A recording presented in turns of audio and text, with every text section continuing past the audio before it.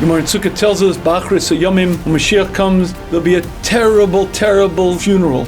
Crying bitter tears over the Satan, because when Mashiach comes, like the sun at midday, every human being recognizes the purpose of life, and the Satan is out of a job.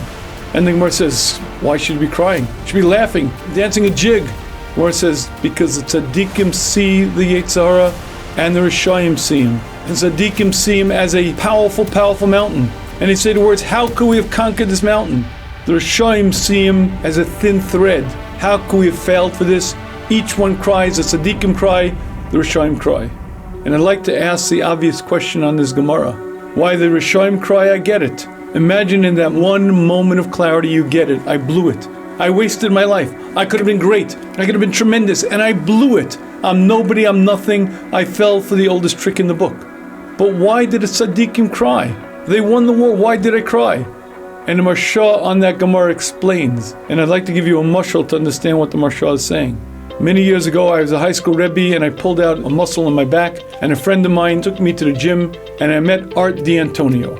Art D'Antonio was the weight training coach. During this course, at a certain point, there was a fellow in the kollel who saw that 3 times a week I would go to the gym, and he asked if he could join me. This was a very yeshivish fellow. I don't think he owned a pair of running shoes or gym shoes, but Art was a gentleman, and he worked very carefully with this fellow, and eventually the fellow learned the technique, and eventually was getting stronger and improving his general health. At a certain point, this kollel fellow turns to me and says, that coach, I don't know what's with that guy. Every time I get the motion right, he puts more weight on the bar. What's wrong with him?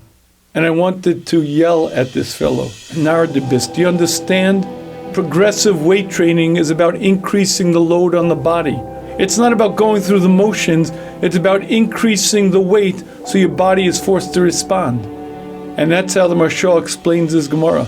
Hashem created a Satan whose job it is to test us.